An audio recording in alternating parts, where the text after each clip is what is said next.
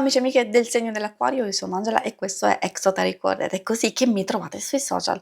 Questo è l'oroscopo lunare motivazionale, vi darà dei suggerimenti e vi aiuterà a trovare la spinta giusta per affrontare il periodo dal 19 gennaio al 1 febbraio dove troveremo la luna piena in Leone. Vi ricordo che è una stesa generica. Prendete solo ciò che vi risuona di più e se volete potete integrarla col vostro segno lunare. In descrizione trovate le recensioni dei mazzi usati e i link per acquistarli. Vi invito a iscrivervi e abbonarvi al mio canale per sostenere il mio lavoro. Ringrazio moltissimo se lo farete o lo avete già fatto. E adesso partiamo con la lettura, andiamo ad accendere la luna. Prima di ascoltare i nostri oracoli andiamo a vedere dal punto di vista astrologico cosa aspettarci in senso generico a favore.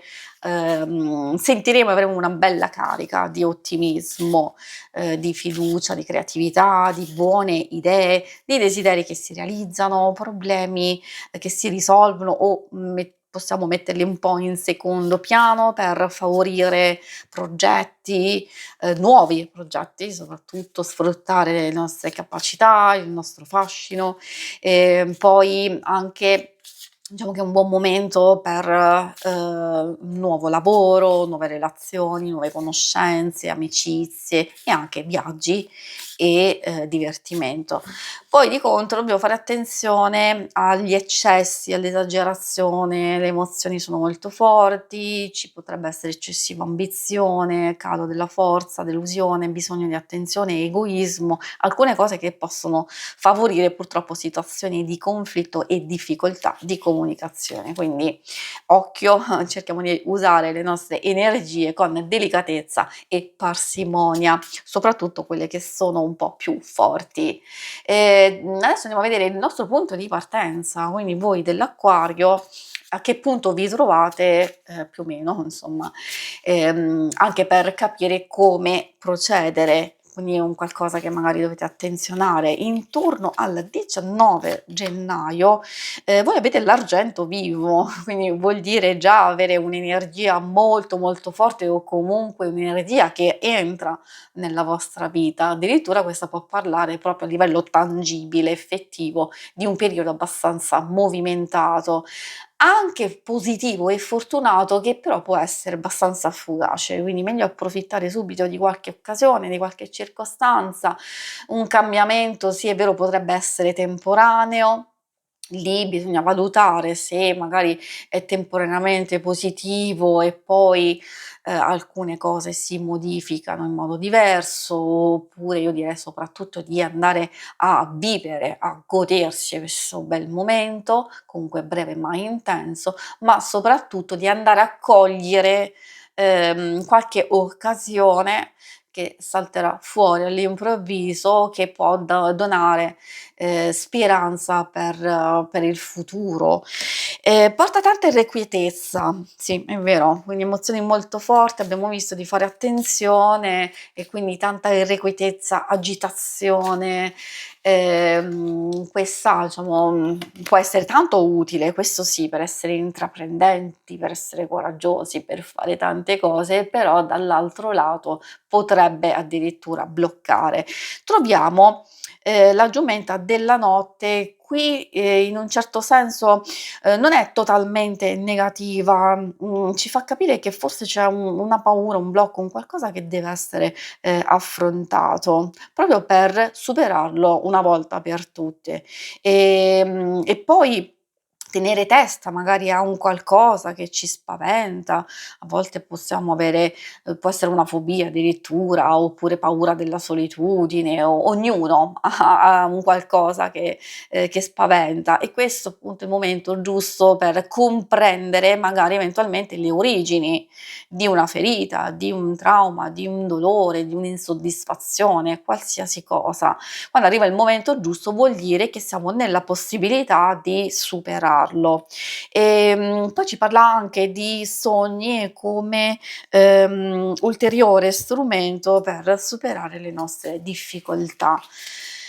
Poi andiamo a vedere l'altro messaggio, la luna oscura, molto particolare come carta, perché in questo periodo dove effettivamente la luna piena ci parla di, stabilire intenzioni, di metterci in moto, di agire, ecco dobbiamo far attenzione a cogliere quelle energie, quelle emozioni che ci permettono di agire, perché invece altrimenti rischiamo di rimanere bloccati. E questa carta ci parla di potenziale che si trova alle prime fasi e quindi dobbiamo prepararci con cura, probabilmente a nuove iniziative, cercare di gestire appunto le nostre energie in un mix di riposo per rigenerarsi e poi azione proprio per favorire, la crescita di un qualcosa se avete già iniziato precedentemente, un progetto, un'idea e quindi se l'avete messa già in moto. Se invece dovete prepararvi ad iniziare un qualcosa, allora c'è ancora bisogno di riflettere, di capire, forse alcuni tempi non sono ancora maturi. Ma adesso andiamo avanti con l'oracolo dello sciamano. Vediamo insieme quali altre indicazioni troviamo. Il primo oracolo, quello del il vento, molto particolare come messaggio perché il vento è qualcosa che si muove, che può dare anche un po' fastidio, dipende.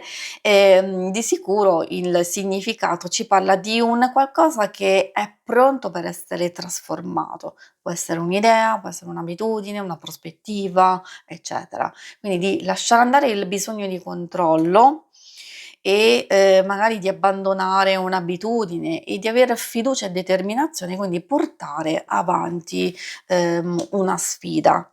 Agire per il bene nostro, agire per, ritrovare equilibrio, serenità, agire per fare un qualcosa che ci piace.